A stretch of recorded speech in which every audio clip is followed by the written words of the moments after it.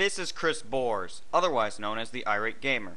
Now, reasons people say that they hate him is because he isn't funny, his editing is cheesy, he gives false information. None of that's important right now. No, I'm going to talk about an argument that quite a few people hate him for. The idea that he's a ripoff of the Angry Video Game Nerd, or AVGN. We'll call him Avgin in this video. People say that the Irate Gamer steals what the Angry Video Game Nerd says and his video footage. Here's a very basic example. Now what's really weird is the timing. I mean, you have to hit him when he's sort of ducking, not when he's standing up. I guess that would make too much sense. So it's obviously a game flaw. And for some reason, he only gets hurt when he ducks down lower than he already was. Doesn't this defy some law of physics? So if two people have the same thought about a video game and both want to project that thought, does that mean one's plagiarizing the other one? As for saying the Angry Video Game Nerd's catchphrase, what a shitload of fuck, yeah, that is pretty bad, but at least he fixed it in the DVD release. A pretty popular scene people refer to when they say that the Irate Gamer stole the Angry Video Games Nerd's footage is this pizza scene. Here's the Angry Video Game Nerd's footage. Notice how he pauses the video to show the pizza. Now yes, the Irate Gamer did put a big circle around the pizza box, but notice how the turtle is still moving.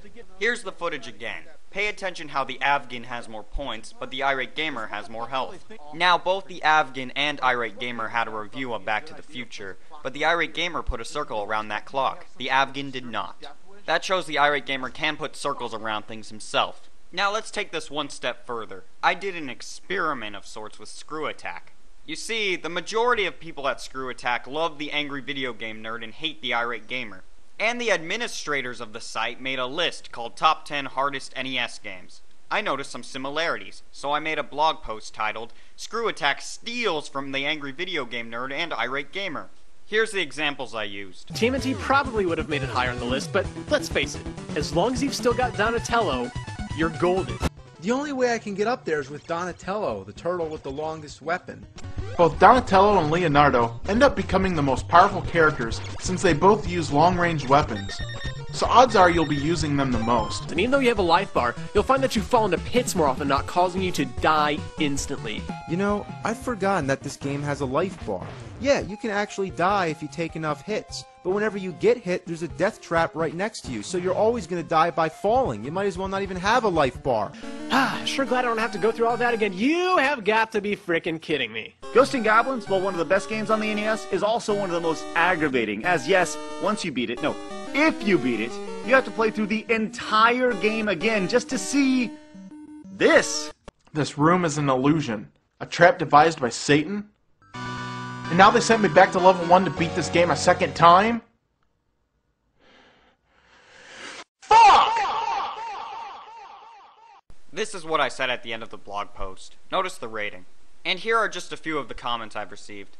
I hope this is a joke, because it's downright ridiculous. Downright ridiculous. That's like saying Destin steals from Jared. Please. Then I replied, how so? I love how fanboys are completely 100% blind to follow their idols and refuse to listen to anything that might oppose them.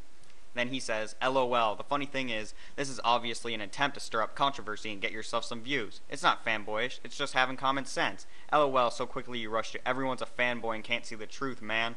Open your eyes, friend. It's not opposing an attack on my idol, it's opposing straight up retarded lunacy. So maybe I'm preaching to the wrong people. How can you be sure they didn't ask for permission? And then one of the people that actually worked on the video replied, why would we ask for permission to say why a game is hard? If more than one person says the same game, they'll probably come up with the same reasons as to why it's hard. The hard parts about Battletoads were the speed bike levels and the co-op. Everyone would agree to that. Besides, the games he reviews are old.